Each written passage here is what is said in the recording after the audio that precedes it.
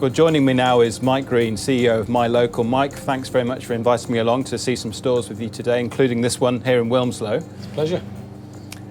Tell us about your career, Mike, in retail. You know, where did it start and the different businesses you've worked with up to this point? Yeah, well, actually, I never intended to start off in retail. My mum was always keen for me to go into accounting or banking or a safe industry. And I think a lot of people are in that position, especially if they're not particularly academic, which was myself at school.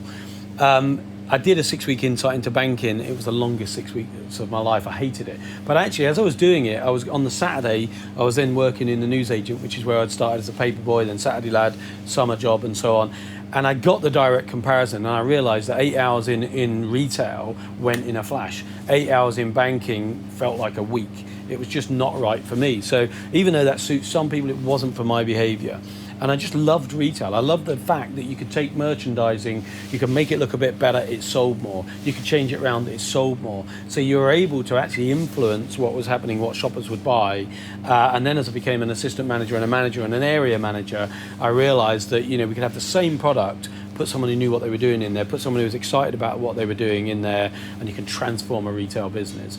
And so it just became a part of who I am. And then Spar are doing their 8 till late in the UK after John Irish and Bob Sparing had gone across to America, seen convenience grow, and they saw little C-stores, or they weren't even called C-stores then, they were corner shops, closing down, and they realised that as supermarkets were becoming bigger one-stop shopping, if they didn't do something differently, they wouldn't survive. So I remember joining the 8 till 8 development team under John Irish, and he was saying, you've got to open as early as 8.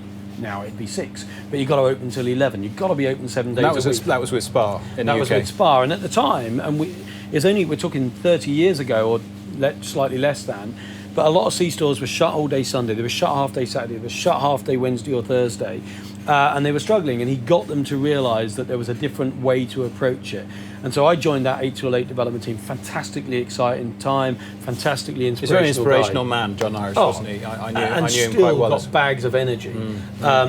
And what he would say is, he would tell us the kind of stuff. We'd go out, we'd learn and speak to retailers, and retailers would be saying to me, listen, Sonny, I've been in retail longer than you've been alive. What makes you think you could tell me something different? I said, well, you know, I'm working with John Irish. He's a great guy. He knows retail. We've done research. We're looking at, if you let me change this confectionery display for you, and we took a Polaroid then because we didn't have digital or any of this, if it doesn't grow sales, we'll guarantee you that we'll cover the difference. And if you open longer hours, if your sales don't grow, we'll cover the difference. And I'll come back and I'll put it back to where it was in a month. And then I'd come back the following month and say, that's been really good. Can you change my beers, wines and spirits? And then we'd get onto whole stores. And it got me excited about developing shops. And then I started to work for oil companies, developing convenience stores for them. And just got more and more into the psychology and the science of store development, whether that was smell, sound, colour. So good bread smells or bakery smells get your gastric juices start flowing, make you hungry, so you buy more, whether or not you buy those products.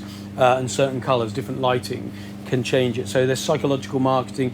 You can get really basic retail, but if you wanted to get scientific about it, there's so much you can do to influence behaviour positively. And you spent many years at HIM, and I'd say during that time, you know, you became very recognised globally as a leader in our industry. Thank you. So it's the case. Yeah. Tell us about that experience, that international, where you got some international experience of the industry as well. I'd already done a bit of international because in Conoco, when I worked for them running their shops team, I did a 16-country pan-European best practice sharing program where we'd look at which countries were doing what well.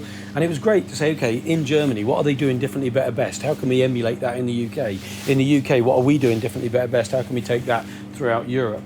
And it was sharing. And at the same time, I then asked Jeff Harris, who was the founder of HIM, Harris International Marketing, if he could give us some of his shopper knowledge, shopper research. The guy was a god of retail, quite frankly. But it was very much about numbers and data. And he would come in to me and do some research, say, Mike, last year 90% of shoppers did this. This year it's 17%. And I'd say, so what? Is that good? Is that bad? What the hell does that mean, Jeff? Tell me what I need to do with that information. And we built a relationship, became great friends, and he'd say, stop moaning at me, why don't you come work with me? And I said, half joking, but real, I wanted to do something of my own. I said, I'll come work with you, Jeff, if we can buy the business ultimately. And we worked together for a year, and then Tom and I bought that business.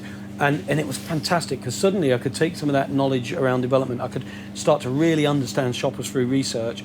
And by working with all of the different players, whether it was UK, America, Australia, New Zealand, Europe, I started to see who was doing the really best job. And our research was saying, these guys are the best at fruit and veg, these guys are the best at bread, these guys are the best at beers, wines and spirits. So we could easily emulate what they were doing and share it across the industry. But in doing so, it was almost as if where we are now with my local, everything I've done has been building up for that. My passion for retail, my ability to understand teams that work, teams that don't work, the fact I got to see who the best players in the industry were to choose from my board, and the relationships I have in the industry to enable me to keep relationships to see who's doing well and not. So the HIM business was sold. You did, financially very well out of that. You've gone plural. You've got all kinds of fingers in all kinds of pies. In terms of charitable actions as well as business commercial ventures. You were, famously filmed on a program we have in the UK called Secret Millionaire, where which obviously was very high profile.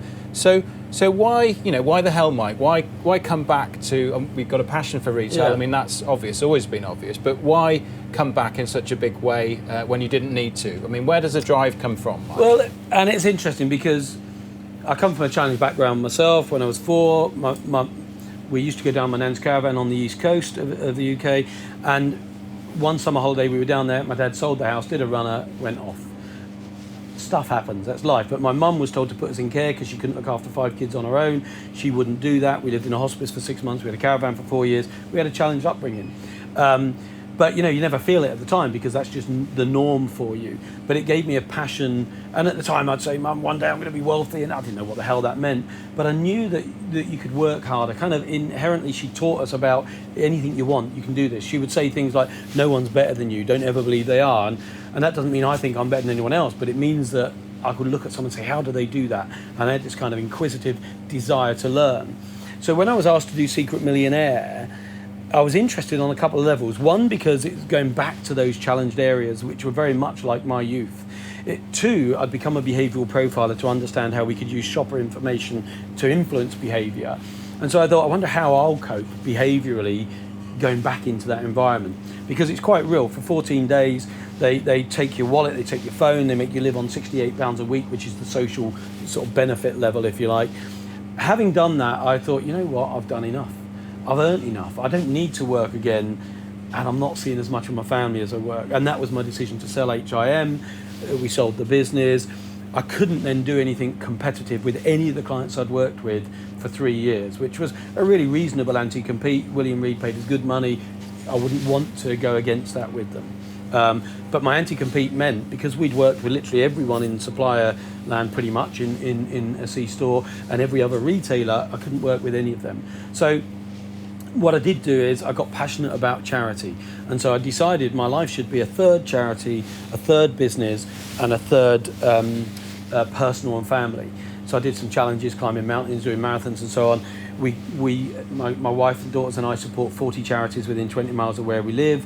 I'm an ambassador for something called Local Giving, which is 4,000 charities. But what I realised is, having given up the business bit, even though I was doing non-execs, I kind of missed really being 100% part of, committed to, involved in a business. And some people would say to me when I was working really hard building HIM, what's more important to you, Mike, business or family?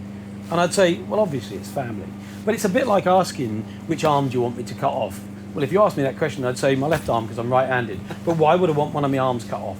The reality is, what I do in business, what I love doing in retail, is as much a part of me as my family or anything I do personally. So the time out and the time looking at other businesses in the last few years enabled me to think, you know what, charity is important, will always be important to me. My family is important, will always be important to me, but so is being able to be involved in retail and business. And so when this opportunity came about, it was a no-brainer and I jumped in feet first.